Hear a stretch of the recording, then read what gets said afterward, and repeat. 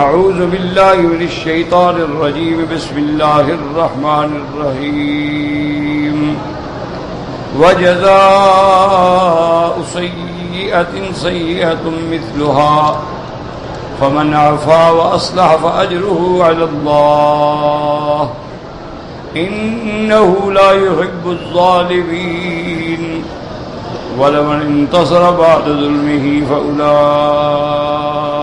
ما عليهم من سبيل إنما السبيل على الذين يظلمون الناس ويبغون في الأرض بغير الحق أولئك لهم عذاب أليم ولمن صبر وغفر إن ذلك لمن عزم الأمور.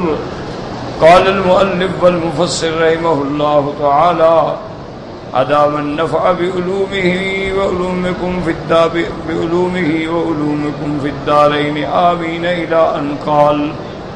وقال ابن أبي حاتم حدثنا أبي قال حدثنا عمران بن موسى الترسوسي حدثنا مسمد بن يزيد خادم الفضيل بن عياض قال سمعت الفضيل بن عياض رحمه الله تعالى عنه يقول إذا أتاك رجل يشكو إليك رجلا فقل يا أخي اعف عنه فإن العفو أقرب للتقوى فإن قال لا يحتمل قلبي العفو ولكن أنتصر كما أمرني الله عز وجل فقل له إن كنت تحسن أن تنتصر وإلا فارجع إلى باب العفو فإنه باب واسع فإنه من عفا وأصلح فأجره على الله وصاحب العفو ينام على فراشه بالليل وصاحب الانتصار يقلب الأمور.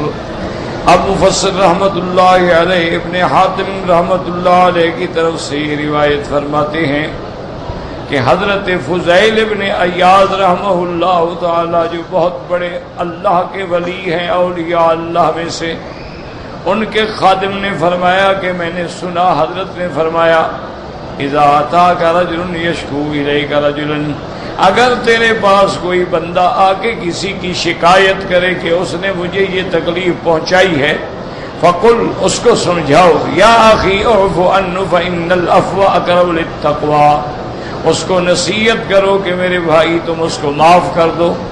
معاف کرنا جو ہے یہ بہت بڑا تقوی ہے اور بہت بڑا مقام تقرب الی اللہ ہے.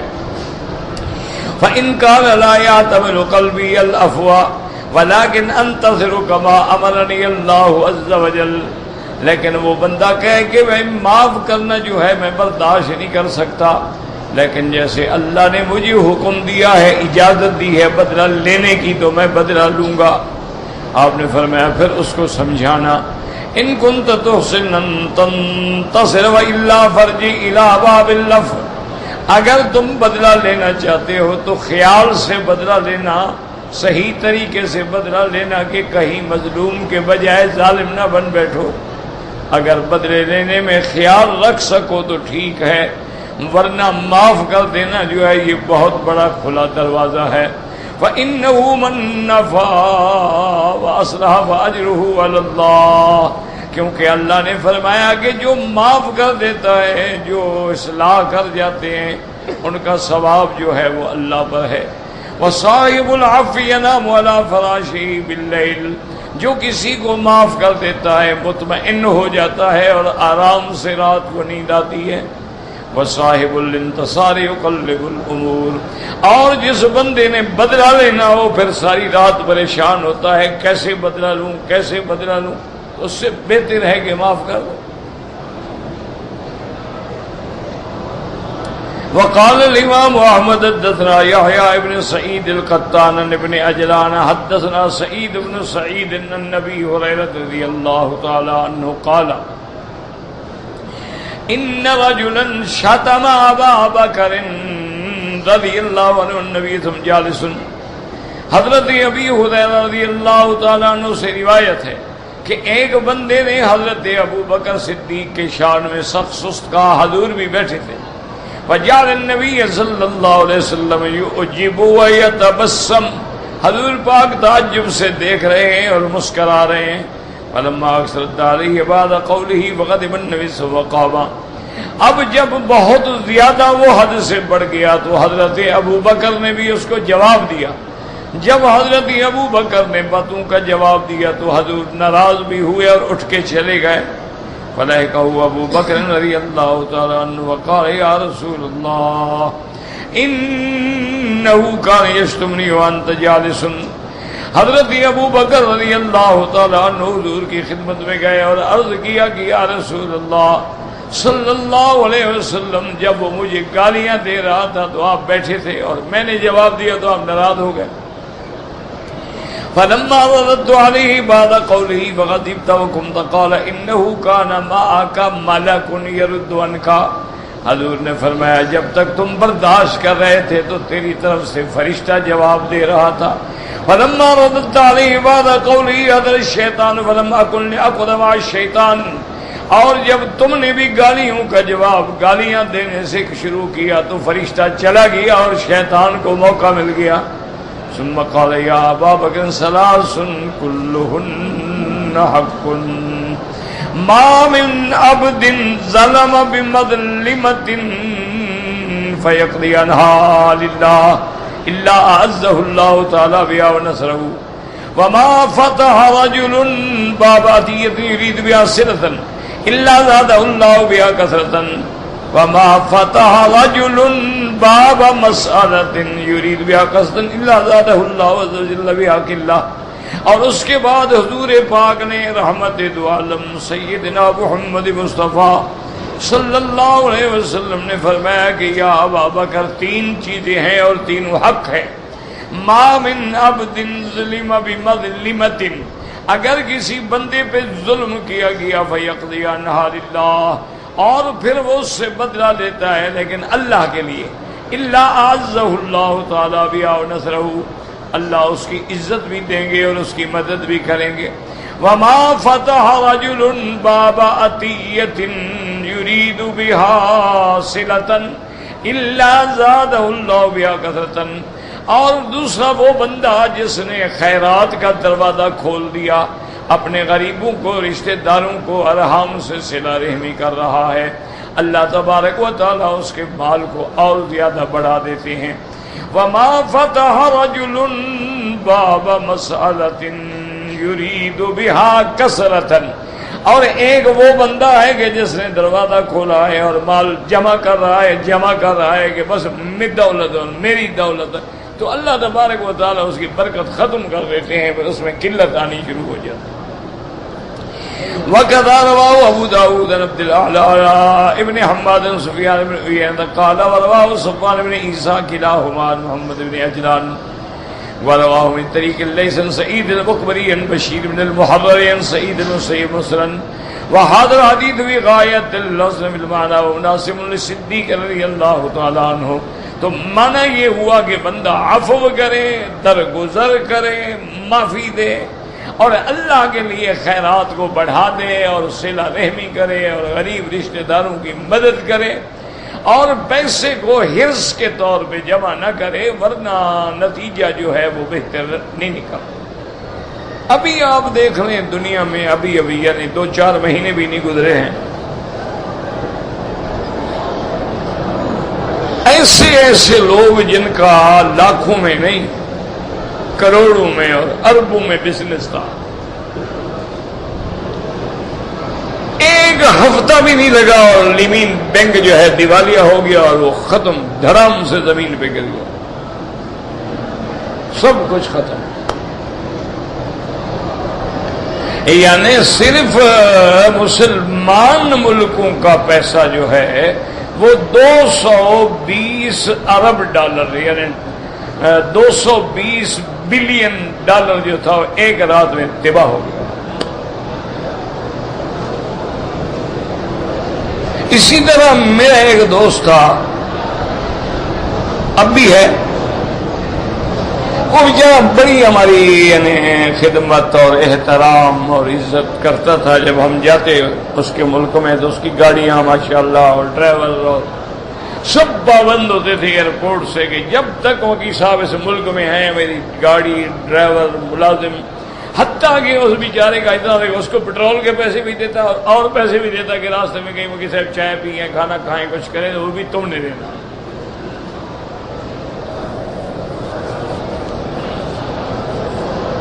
لیکن کچھ دماغ ایسا خراب ہوا کہ وہ دین سے بڑا دور تھا.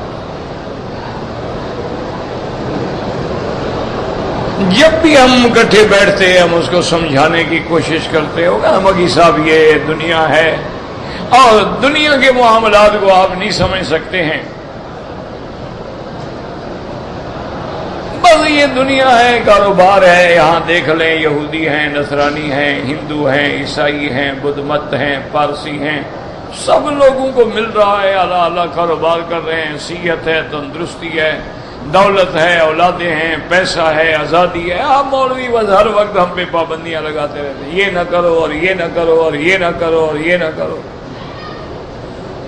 دوستہ بہرحال ہم بھی نصیحت نہیں چھوڑتے، ہم جو ہمارے بس میں ہم وہ تو کرتے رہیں. اور میں نے کہا تمہارا پیسے نے دماغ خراب کر دیا ہے، عقل کرو. ایک دن مجھے اس نے ٹیلی فون کیا، کہنے لگا میں بہت پریشان ہوں، میرے لیے دعا کر. میں نے کہا کیا ہو گیا یار، تمہیں میری دعا کی کیا ضرورت پڑ گئی، تم تو مولویوں کا نام سن کے الرجی ہو جاتے ہو.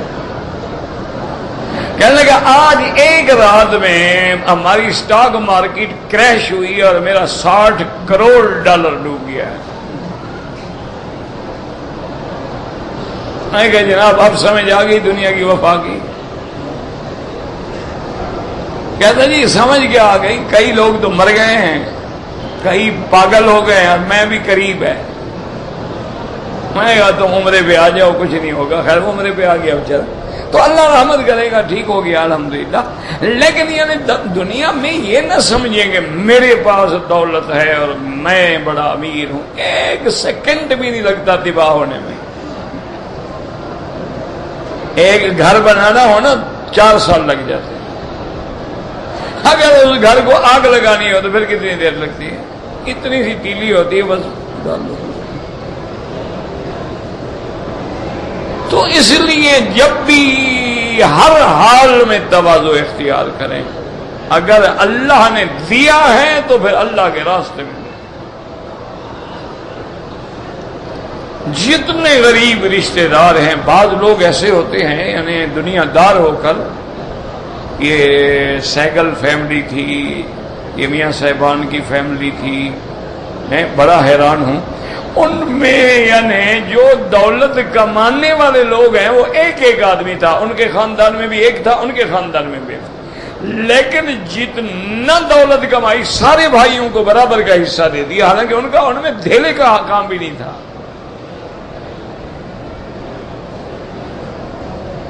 اچھا سہگلوں نے تو کمال کیا، انہوں نے اخبار میں اشتہار دیا کہ پورے پاکستان میں جہاں سہگل ہیں آ جاؤ. آگے انہوں نے کہا یہ تمہارا حصہ ہے، تمہارا حصہ، تم ہی میری برادری ہو نا. گھر بیٹھے بیٹھے جناب وہ لاکھوں پتی کروڑوں پتی بن گئے. کمانے والے ایک آدمی تھا.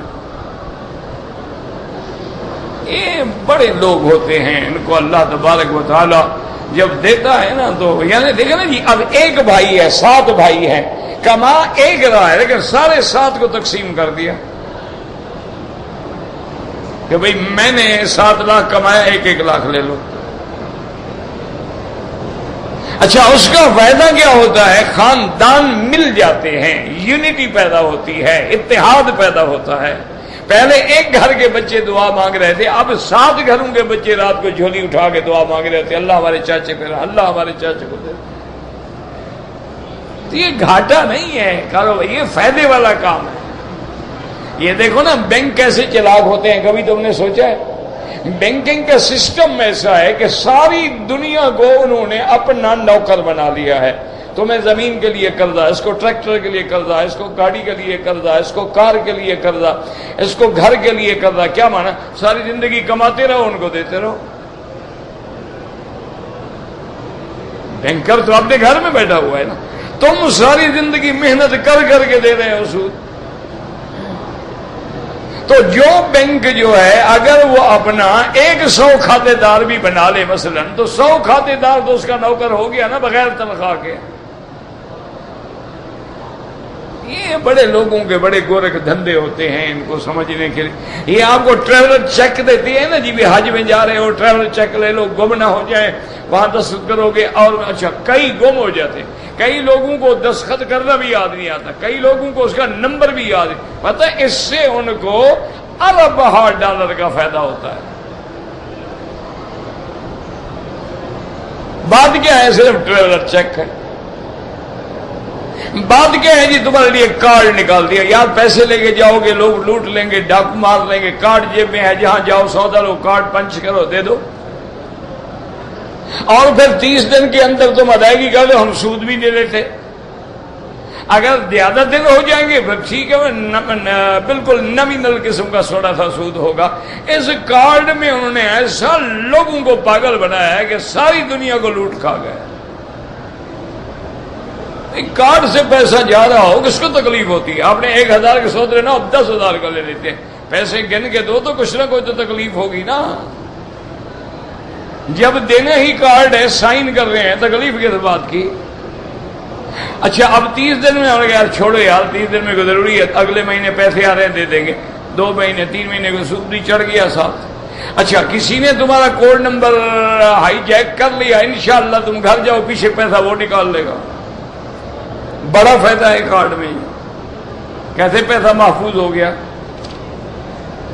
یہ یہودیت کا عقل ہے اور اس کی گیم ہے، وہ گیم کھیل رہے ہیں۔ اب تو احمق آدمی ہے وہ جو لڑتے ہیں نا، لڑائی اور گولہ اور بندوق اور پستول اور جہاز اور بمبار، یہ احمق لوگوں کا کام۔ اب تو عقل کی جنگ ہے۔ کسی ملک میں 2 بروکر آ جاتے ہیں، اس ملک کی کرنسی خرید لیتے ہیں، کرنسی کا ریٹ چل رہا تھا 60 روپے، ان نے سارا خرید لیا، خرید کے بیٹھ گئے، انہوں نے کہا آپ لینا چاہتے ہو 80 روپے، 60 میں خریدا 80 میں بیچ دیا، 2 راتوں کے اندر تمہارے سارے ملک کو لوٹ کے چلے گئے۔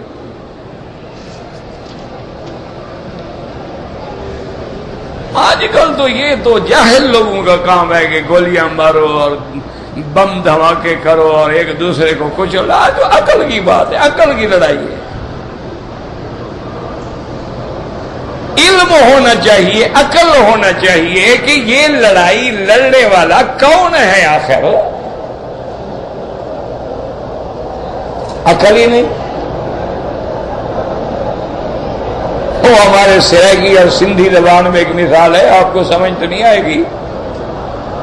ہمارے سندھی بھائی بھی کہتے ہیں اور سرائیکی بھائی بھی کہتے ہیں، وہ کہتے ہیں کالا پھل بوڈی دا، چڑھ بانی کرسی دے پر عقل نہیں بھی کوڈی دا۔ یہ عورتوں کا پھول بناتی ہے نا، وہ سیاہ وہ باندھتی ہیں اپنے، تو کہتے ہیں کہ وہ سیاہ کرسی پہ تو بیٹھ جاتے ہیں لیکن عقل نہیں ہے، اتنی کوڑی کے برابر بھی عقل نہیں ہے تمہارے۔ بھائی میرے ساتھ لڑائی ہو رہی ہے، میں یہ تو سوچوں کون ہے یہ؟ بھائی اتنا تو آخر ہم غور کریں نا، لڑائی ہو رہی ہے ہمارے گھر میں، ایک تو ہوتا ہے نا دشمن ملک ہم لڑ رہے ہیں، ٹھیک ہے صاف بات ہے کہ وہ ملک ہے، یہ ملک ہے، ایک یعنی گھر میں ہمارے لڑائی ہے تو لڑ کون رہا ہے، ان کو بندوق کون دیتا ہے، اسلحہ کون دیتا ہے، گاڑیاں کون دیتا ہے، یہ اتنا بڑے اخراجات کون دیتا ہے، اتنا پیسہ کون ان پہ خرچ کرتا ہے؟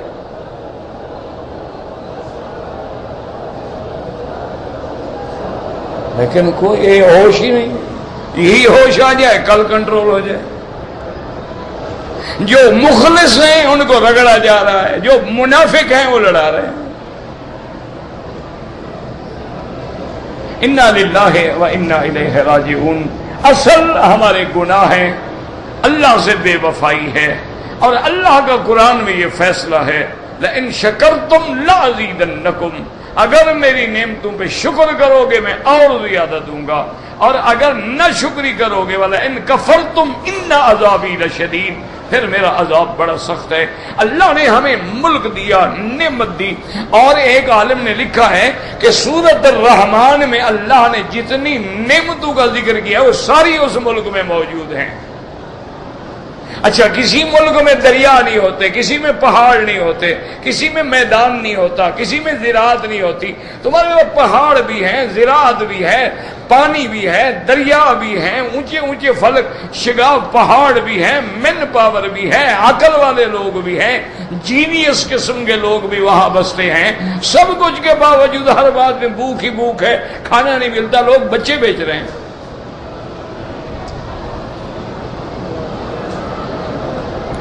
یعنی کون سی نعمت ہے جو اللہ نے آپ کو نہیں دی؟ لیکن ناشکری، تم نے اسلام کا نام لیا، لا الہ الا اللہ کا نعرہ لگایا، سب کچھ آیا، لا الہ الا اللہ نہ آیا۔ تم نے اپنے تشخص کو برقرار رکھنے کے لیے کہ اسلام کا قلعہ بن جائے گا، تم نے کفر سے بھی آگے بڑھ کے قلعہ بنا دیا۔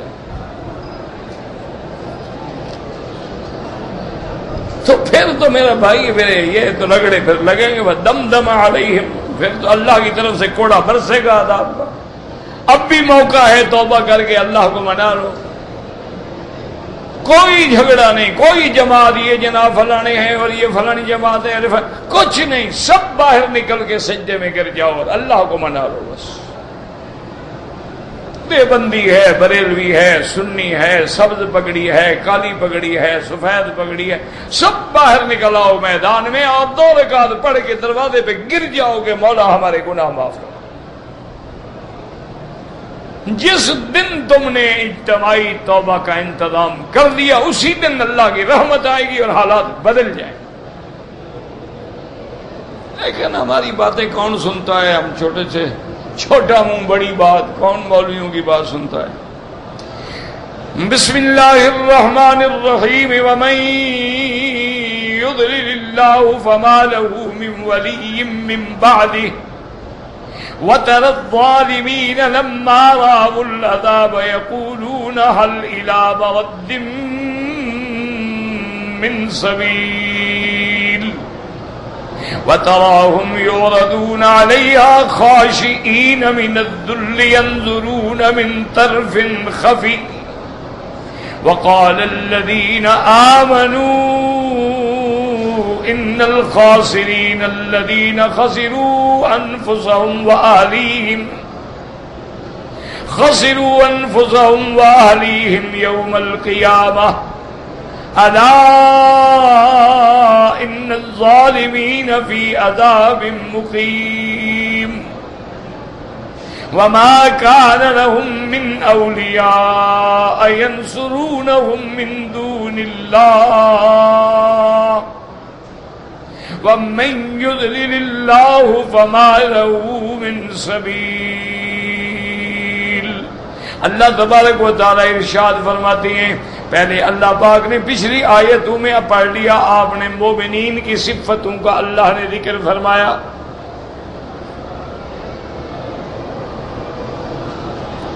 اس کے بعد اللہ تبارک و تعالی نے فرمایا تھا کہ اگر کوئی زیادتی کرے تو شرعاً بدلہ لینے کا حق ہے، لیکن برابر سرابر معاف کر دینا جو ہے وہ سب سے زیادہ بہتر ہے، سب سے زیادہ افضل ہے۔ اور اس آیت میں فرماتی ہے وَمَن يُضْلِلِ اللَّهُ فَمَا لَهُ مِن وَلِيٍّ مِّن بَعْدِهِ۔ اللہ تبارک و تعالی نے فرمایا اور جس کو اللہ گمراہ کرتے ہیں پھر اس کا کوئی مددگار نہیں۔ وَتَرَى الظَّالِمِينَ لَمَّا رَأَوُا الْعَذَابَ يَقُولُونَ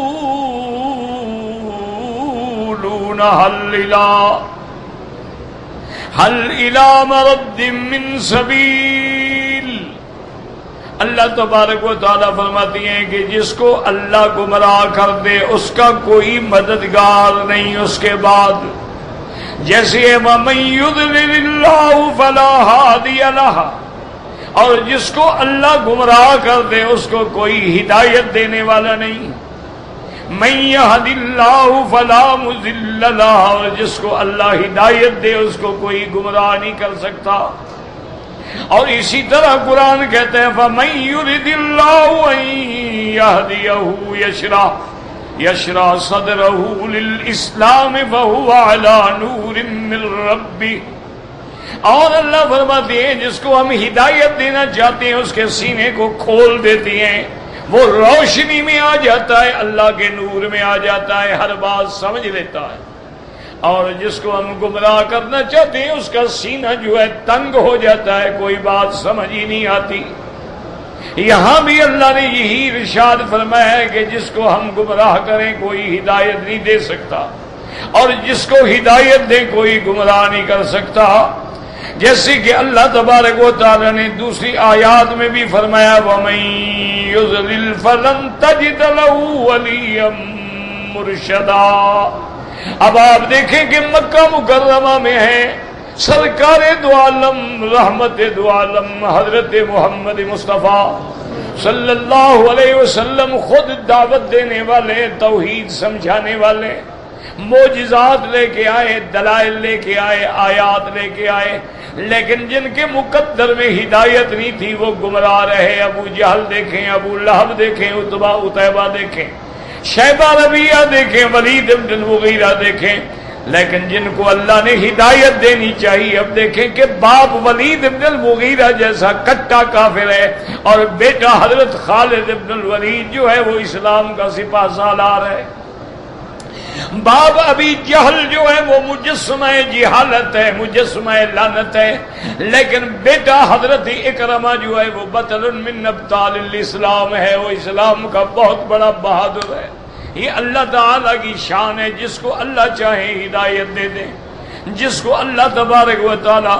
اسی لیے علامہ اقبال نے کہا تھا کہ بلال از حبش صہیب از روم ابو جہل ز مکہ اینچ بلجویس. وہ کہتے ہیں مولا تیری شان ہے، بلال حبش سے آ رہا ہے، صہیب روم سے آ رہا ہے، ہدایت کے پہاڑ بن جاتے ہیں، محمد مدنی کے غلام بن جاتے ہیں. اور ابو جہل ہے، ابی لہب ہے، مکے میں پیدا ہوئے، جن کو گھٹی بھی زمزم کی لگائی گئی، وہ کافر ہو کے مر گئے، اس کی مرضی ہے.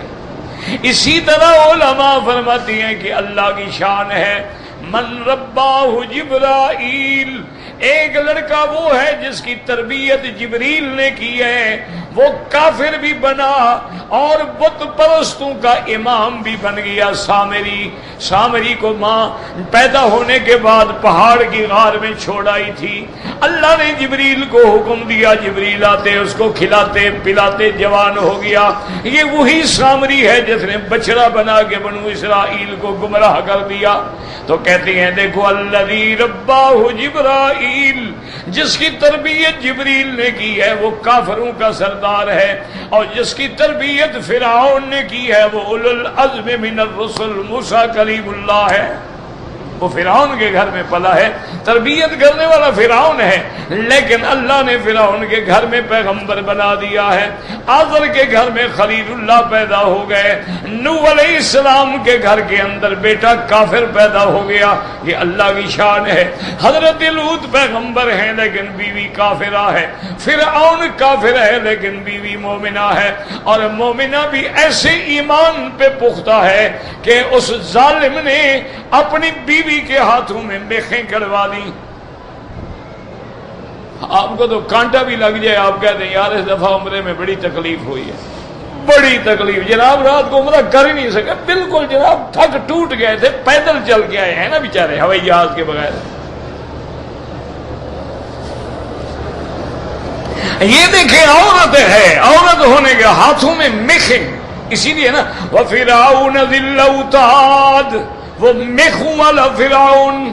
بعد نے کہا یعنی اس کی سلطنت کی میخیں مضبوط تھیں، اور بعد نے کہا نہیں، وہ ظالم جب کسی کو عذاب دینا چاہتا تھا اس کو لٹا دیتا اور ہاتھوں میں میخیں گڑوا دیتا، پاؤں میں میخیں لگوا دیتا، اور ایک بڑا پتھر لے کے اوپر لٹکا دیتا. نہ مانے تو پتھر مار کے کچل ڈالو. کہہ دینا تو آسان ہے نا، ایک معصوم عورت ہو، نازک عورت ہو اور صنف لطیف ہو اور ہاتھوں میں میخیں لگی ہوئی ہے. لیکن اسی اور سامنے پتھر لٹکا ہوا ہے، اور فرعون کہتا ہے خبردار اب بھی موسیٰ علیہ السلام کا انکار کر دے، اب بھی رب موسیٰ کا انکار کر کے میری ربوبیت کا اقرار کر لے۔ بیوی نے کہا فرعون کیا کہتے ہو، تم کہاں کے رب ہو، تم تو ایک بندے ہو۔ وہی اس حالت میں کہتی ہے رب ابن لی عندک بیتا فی الجنہ نجنی من فرعون وعملہ ونجنی من القوم الظالمین۔ یا اللہ مجھے جنت میں اپنے پاس گھر عطا فرما۔ اللہ نے فرمایا جبریل پردے ہٹا دو، میری بندی کو جنت دکھا دو یہاں سے۔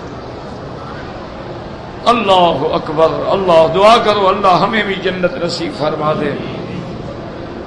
اللہ ہماری ظاہری باطنی روحانی جسمانی نفسانی بیماریاں دور فرما دے۔ اسألک العفو والعافیہ، یا اللہ تجھے تو معاف کرنا بڑا پسند ہے، معاف فرما دے، اپنے بندوں کو معاف فرما دے۔ اب دیکھیں عورت ہے اور اللہ پاک نے حکم دیا جب وہ پردہ کھولا نا جنت میں نظر پڑی تو بی بی خوش ہو گئی، خوش ہو کے مسکرانے لگی۔ فرعون کہنے لگا اچھا دیکھو ڈر کے مارے پاگل ہو گئی ہے موت سے پہلے۔ اس نے کہا میں نہیں پاگل ہوگی، پاگل تم ہو گئے ہوگے، ایک عورت سے بدلہ لے رہے ہو، پاگل تم ہو میں پاگل ہوں، اور تمہارے پاس ملک ہے فوج ہے، میں اکیلی عورت تمہارا کیا بگاڑ لیتی، تو تم پاگل ہو گئے ہو میں پاگل ہو گئی ہوں۔ اسی حالت میں شہید ہو گئی بی بی آسیہ، اور اللہ نے پتہ ہے کتنا بڑا شان دیا ہے کہ قیامت میں اللہ ان کا نکاح حضرت محمد مصطفیٰ سے کرے، جو کبھی فرعون کی بیوی تھی وہ محمد کی بیوی۔ صحیح حدیثوں میں آتا ہے کہ جب بی خدیجہ رضی اللہ تعالی عنہا کی وفات کا وقت آیا اور بی خدیجہ فوت ہونے لگی اور حضور قریب بیٹھے تھے تو آپ نے فرمایا خدیجہ آج تم جا رہی ہو نا وہاں جنت میں تمہاری سوکن سے بھی ملاقات ہوگی، ان کو میرے سلام کہنا۔ تو بی خدیجہ نے بھی کہا کہ بالرفاہ والبنین، اللہ تمہارا رشتہ مبارک کرے۔ تو جنت میں وہ بیوی رب ابن لی عندک، اللہ اپنے پاس، تو سب سے قریب گھر جو ہے اللہ کا، سب سے اعلیٰ گھر جو ہے وہ تو حضرت محمد مصطفیٰ کا ہے۔ تو اللہ نے ایسی دعا قبول فرمائی کہ اس کو محمد مصطفیٰ کی بیوی بنا کے حضور کے گھر میں جنت میں بھیج۔ یہ شان ہے، وہ جب ہدایت دینے پہ آئے نا جی پھر کچھ دیر نہیں لگتی ہے، ایک پلک ہوتا ہے جھٹکا ہدایت آ گئی، اور گمراہ کرنے پہ آئے تو انبیاء کی اولاد کافر ہو گئی۔ بڑے بڑے علماء کے گھر میں جاہل اور ظالم پیدا ہوئے، بڑے بڑے اولیاء کے گھر کے اندر درندے پیدا ہو گئے، اور بڑے بڑے جاہلوں کے گھر کے اندر علماء پیدا ہو گئے۔ یہ اس کا نظام ہے۔ بس دعا کرو کہ ہر وقت معافی مانگا کرو کہ اللہم انا نسألک العفو والعافیہ، یا اللہ نہ ہمارا عقل کچھ ہے نہ عمل کچھ ہے، کیوں یہ عقل بھی تو آپ نے دیا ہے، عمل کی توفیق بھی تو آپ دیں گے، پر ہمارا ہے کیا، ہمارے پلے میں تو کچھ بھی نہیں ہے، تو لہذا مہربانی فرما دیں، جب مہربانی کرنی ہے تو پھر مہربانی فرما دیں۔ اب اللہ فرماتی ہے وَتَرَى الظَّالِمِينَ لَمَّا رَأَوُا الْعَذَابَ يَقُولُونَ هَلْ إِلَىٰ مَرَدٍّ مِّن سَبِيلٍ۔ اللہ فرماتی ہے وَتَرَى، یاد رکھو، یاد قرآن پاک کو سمجھ، وَتَرَى الظَّالِمِينَ، یا تو خطاب ہوتا ہے حضور پاک کو، وَتَرَى الظَّالِمِينَ، اور جب تو دیکھے محمد مصطفیٰ، یہ مراد یہ ہوتی ہے وَتَرَى الظَّالِمِينَ، اے مخاطب جب قیامت میں تو دیکھے گا ان کافروں کو، وَتَرَى الظَّالِمِينَ لَمَّا رَأَوُا الْعَذَابَ، جب یہ مشرک ظالم اپنے آنکھوں سے جہنم کا عذاب دیکھیں گے، اب کیا کہیں گے، یقولون هل إلى مرد من سبیل، کہیں گے ہے کوئی راستہ کہ ہم واپس لوٹ جائیں دنیا میں، ہمارے واپس جانے کا کوئی راستہ ہے؟ جیسے دوسری جگہ قرآن کہتا ہے وَلَوْ تَرَىٰ إِذْ وُقِفُوا عَلَى النَّارِ دیکھنے والے دیکھے گا جب تو ان کافروں کو جہنم کی آگ پہ کھڑا کیا جائے گا. اللہم اجرنا من النار یا مجیر اجرنا من النار. یا اللہ ہم سے تو یہ گرمی برداشت نہیں ہوتی، جہنم کی آگ. اللہ اکبر. اب دیکھیں نا، معمولی سی آدمی نماز پڑھ رہا ہوتا ہے، تھوڑی سی مٹی بھی لگ جائے نا، صاف کر رہا ہوتا ہے، تو جب منو مٹی کے نیچے آ جاؤ گے اس وقت کیا ہے؟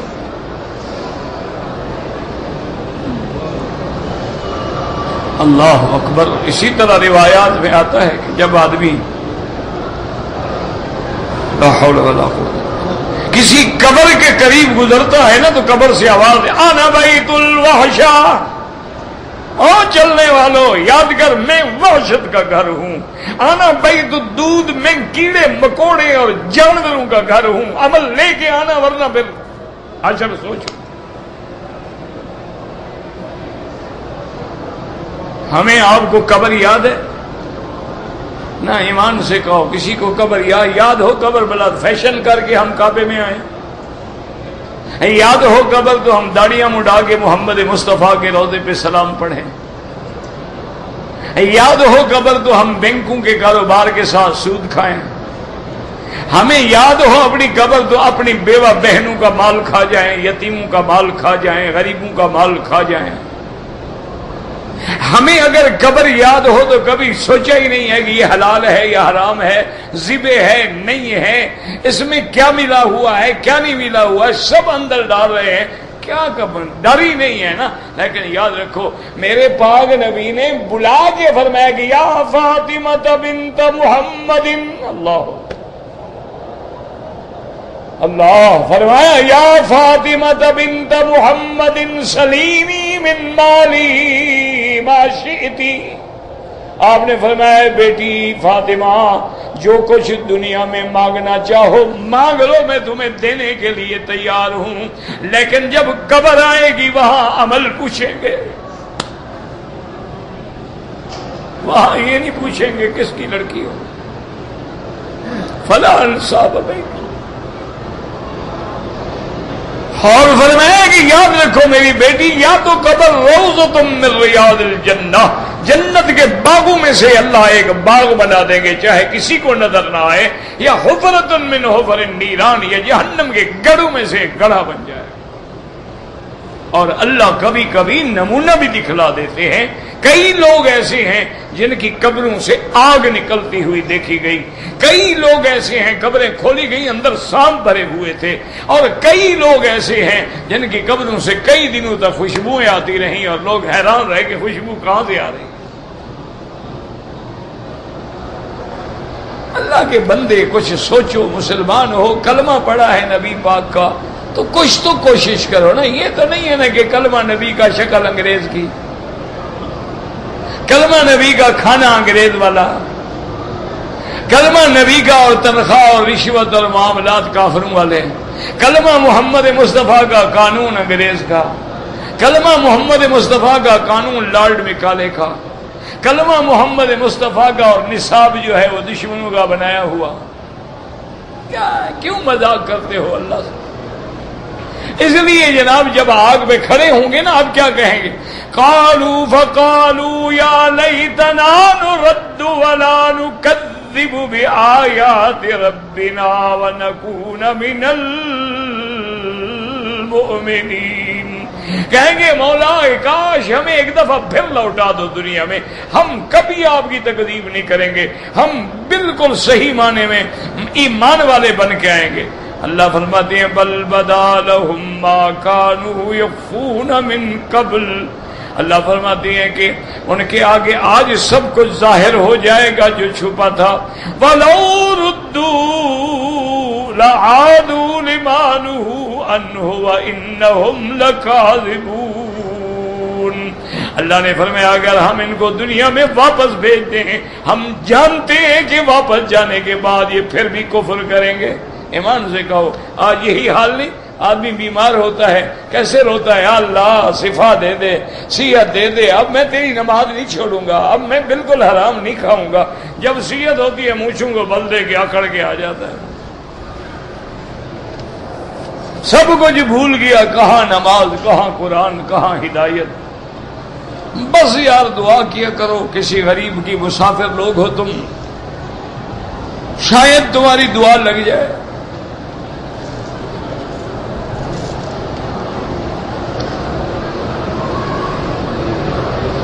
اگر ایک دو قطرے مزی کے کپڑے پہ لگے ہیں نماز ہو جائے گی، لیکن احتیاط کیا کرو۔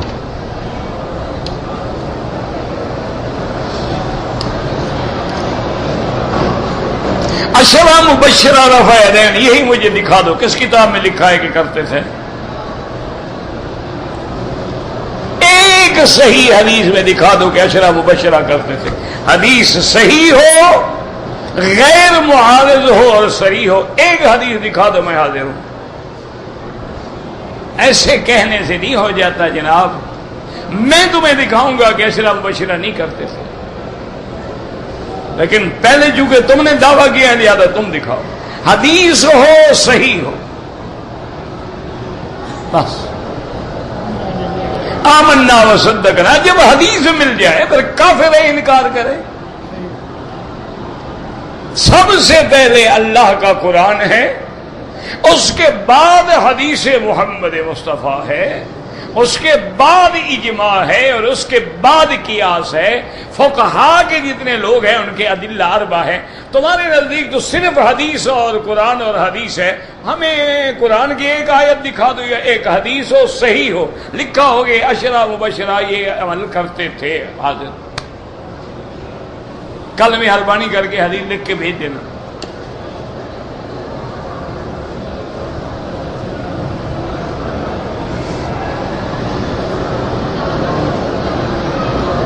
کہتے ہیں جی کہ لوگ کہتے ہیں کہ دارالعلوم دیوبند کی بنیاد انگریزوں نے رکھی تھی۔ میرا بھائی یہ تو تاریخ ہے، کہنے کی کیا ضرورت ہے؟ پتہ لگ جائے گا کہ کس کی بنیاد انگریزوں نے رکھی اور کس نے انگریزوں سے جنگ لڑی۔ یہ تو تاریخ ہے، یہ تو کہنے سے کچھ نہیں ہوتا۔ یہ تو تاریخ ہے کہ شیخ الہند مالٹا میں کیوں قید ہوئے، یہ تو تاریخ ہے کہ عبید اللہ سندھی کو کیوں سزائیں دی گئیں، یہ تو تاریخ ہے کہ 500 علماء کو پھانسیوں پہ لٹکایا گیا، اور یہ بھی تاریخ ہے کہ اپنے نام کس نے رجسٹریشن جو ہے وہ انگریزوں سے لی۔ یہ تو تاریخ بھری پڑی ہے، تیرے میرے کہنے سے کیا ہوتا ہے؟ کہتے ہیں بے نا، چلو نا تاریخ پڑھ لو نا، آزادی ہند کے نام سے کتاب ہے، پڑھ لو۔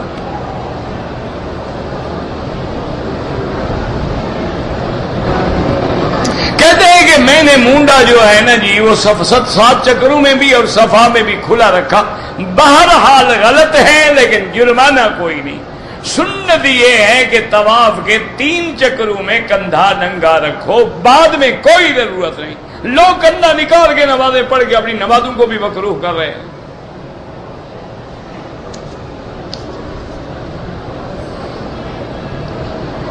اگر میں نے طواف کیا خود اپنے لیے، بعد میں نے دعا کی کہ اللہ اس کا ثواب فلاں کو ملے، ٹھیک ہے، اللہ قادر ہیں، دیں گے انشاءاللہ۔ نماز جنازہ میں مرد بھی ہوتے ہیں، عورتیں بھی ہوتی ہیں، لڑکے بھی ہوتے ہیں، لڑکیاں بھی ہوتی ہیں، کوئی بات نہیں، اللہ کے بندے، وہ دعا سب کے لیے ہے نا۔ اللہم اغفر لحینا میتنا شاہدنا غائب صغیرنا کبیرنا ذکرنا انثانا، سب آگے۔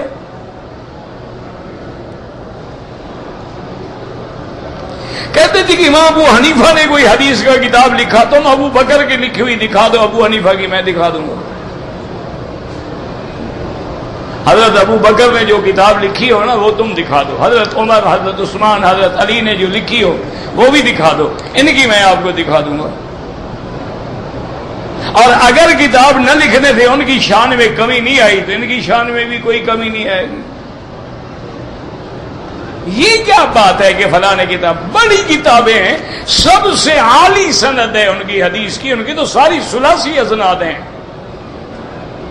مسند ہے ان کی کتاب ہے، پھر ان کے شاگردوں کی سینکڑوں کتابیں ہیں۔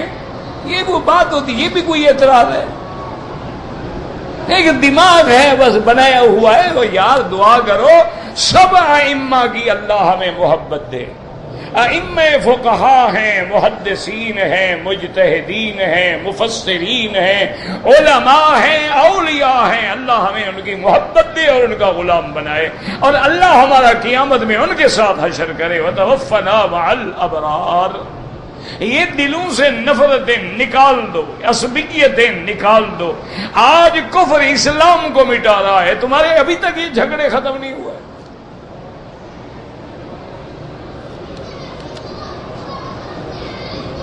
اگر ایک آدمی ظہر کے وضو سے عشاء پڑھ سکتا ہے، جب تک وضو قائم رہے 4 دن قائم رکھو، ہمیں کیا تکلیف ہے؟ تمہارا وضو نہ ٹوٹے تو کیا ہو گیا، اسی وضو سے پڑھتے رہو، یہ ضروری تو نہیں نا کہ وضو توڑو۔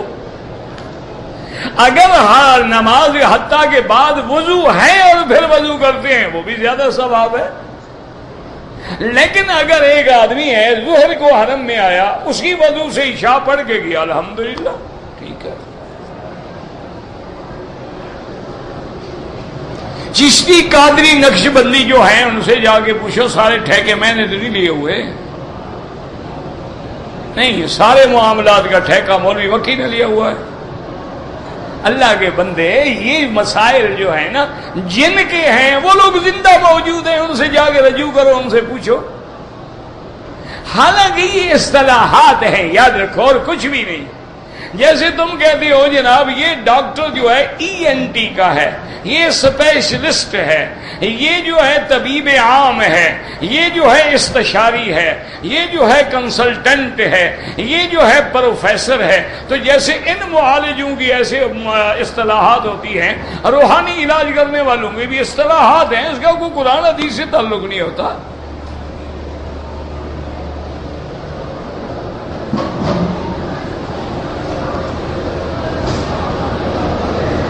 اگر کسی آدمی پہ دم پڑ جائے، ہر حال میں دم جو ہے یاد رکھو ہدیم بالغ الکعبہ تھی، ہر حال میں وہ حرم میں دینا ہے۔ اگر وہ ملک سے چلا بھی جائے، وہاں سے کسی دوست کو پیسے بھیج دے کہ میری دم کر دو۔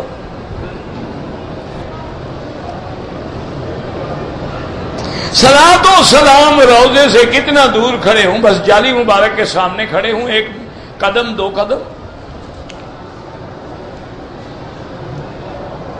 طواف میں بھول گیا کہ مجھے کتنے چکر ہوئے تھے، تو یہ بھی مولوی مکی کے دن میں، کل میں تمہارے ساتھ چل کے پکڑتے گنتا رہوں گا، 1 2 3، یہ بھی میرے دن میں ہے۔ پھر کہتے ہیں مکی صاحب ناراض ہو جاتے ہیں، یار کیا کرو مجھے بتاؤ کیا کریں۔ اللہ کے بندے بھول گئے، تم جانو تمہارا کام جانے، تم دماغ پر زور دو، جدھر دماغ کا گمان غالب ہے اس پہ عمل کرو بس۔ اگر ایسی بات ہے تو کسی چیز پہ گنتے جاؤ۔ مجھے بھولنے کی عادت ہے، کوئی طریقہ بتائیں۔ بھول جانا جو ہے یہ بھی تو انسان کی عادت ہے نا، حضرت آدم جو بھول گیا ہم بھی بھول جائیں گے، کوئی مسئلہ نہیں۔ نسی آدم فنسی ذریتہ، حضرت آدم بھول گئے تو ہم بھی بھولیں گے۔ یہ تو بھول، انسان نہ ہو تو نہیں بھولتا، انسان تو بھولے گا۔ کسی کی بیعت کرنا بالکل ٹھیک ہے، لیکن شرط یہ ہے کہ جس کو مرشد بناؤ، پیر بناؤ، وہ متبع ہو سنت محمد مصطفیٰ کا، بس۔ اگر اس میں خود اتباع نہیں تو میری کیا ہدایت کرے گا؟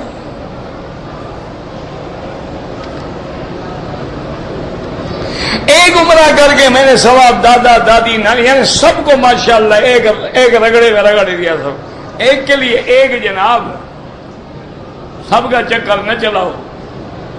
انہوں نے کہا رشتہ دار بھی خوش ہو جائیں گے، خوش کوئی نہیں ہوگا، ملے گا ہی کچھ نہیں۔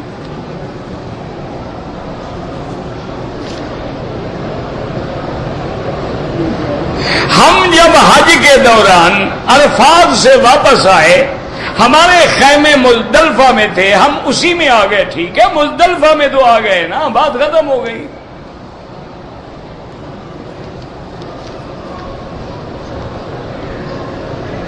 ایک آدمی نے خودکشی کی ہے، بخشش کی دعا کرو، خودکشی والا کافر نہیں ہو جاتا، اس نے بہت بڑا گناہ کیا ہے لیکن کافر تو نہیں ہے، اس کا جنازہ بھی پڑھا جائے گا، اس کے لیے دعا بھی کی جائے گی۔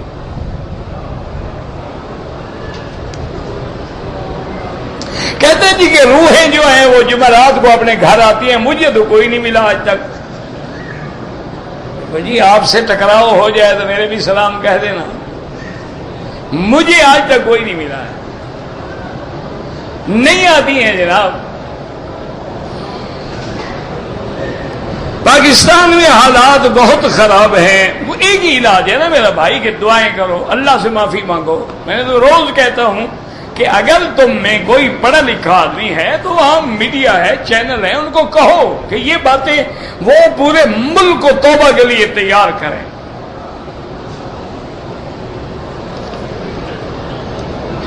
محمد اخلاق یہ تو کوئی نام نہیں، صرف محمد نام رکھو بس، یہ دو نام تو نہیں ہوتے نا، اخلاق الگ نام ہے، محمد الگ نام ہے۔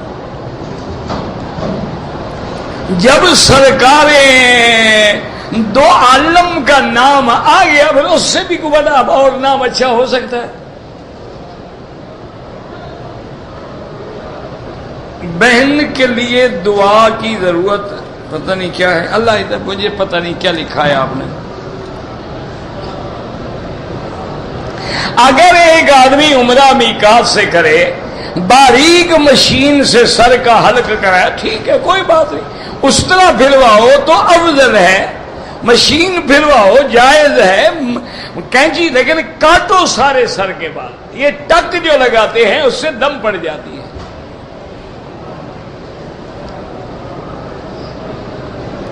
اگر کوئی آدمی مسجد عائشہ سے بار بار عمرہ کرے، بھئی نفلی عبادت ہے، کرنا چاہو کر سکتے ہو، نہ کرو نہ کرو، اور جو چیز ایک دفعہ ثابت ہو جائے اس کو چاہے 1000 دفعہ کرو۔ اب دیکھو حضور پاک نے حج ایک کیا تو جو آدمی 10 حج کرے گا ہم کیا کہیں گے؟ بدعت کی ہے، حضور کی مخالفت کی ہے۔ حضور پاک نے کبھی دن میں 4 طواف نہیں کیے، لیکن اگر کوئی آدمی 4 طواف، 5 طواف، 10 طواف روز کرے تو کیا منع ہے؟ کیوں؟ جب طواف کرنا ثابت ہے، اب 1000 کرو تو ثابت ہے، 1 کرو تو ثابت ہے۔ جب عمرہ کرنا ثابت ہے کہ وہاں سے حضور کے حکم سے بی بی عائشہ نے کیا، جیرانہ سے خود محمد مصطفیٰ نے کیا صلی اللہ علیہ وسلم، تو مسئلہ سمجھ آ گیا کہ ہل سے عمرہ ہو سکتا ہے۔ اب چاہو لاکھ کرو، چاہے نہ کرو، چاہے 1 کرو، کیوں؟ اصل بات یہ ہوتی ہے، یاد رکھو ہمیشہ، جو عبادت قرآن سے حدیث سے ثابت ہے اس کا تکرار کرنا بدعت نہیں ہوتا۔ ایک ہمیشہ بدعت وہ ہوتی ہے نہ قرآن ہے، نہ حدیث ہے، نہ اجماع ہے، نہ صحابہ نے کبھی کیا ہے، لوگوں نے خود ایک نئی چیز دین میں بنائی ہے، وہ بدعت ہے، یاد رکھو۔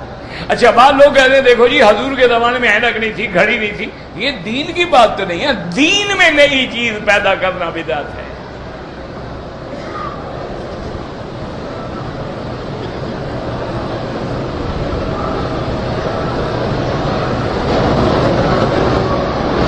ہم جناب پہلی دفعہ عمرے پہ آئے ہیں، مکمل طور پر جانتے بھی نہیں، تو ایک عمرے کی چھوٹی سی کتاب لے لو، اس کو 4 دفعہ پڑھ لو، سب سمجھ آ جائے گا، کون سا مشکل مسئلہ ہے؟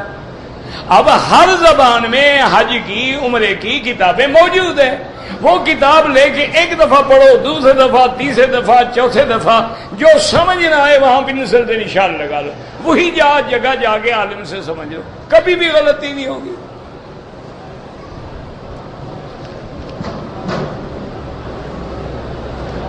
اگر ایک آدمی کو دم پڑ گیا ہے لیکن وہ غریب ہے، روزے رکھ لے، کوئی نہیں، اسلام نے گنجائش رکھی ہے باقاعدہ، دم نہیں دے سکتا روزے رکھ لے، روزے تو غریب بھی رکھ سکتا ہے۔ اللہم صلی علی سیدنا محمد وعلی آل سیدنا محمد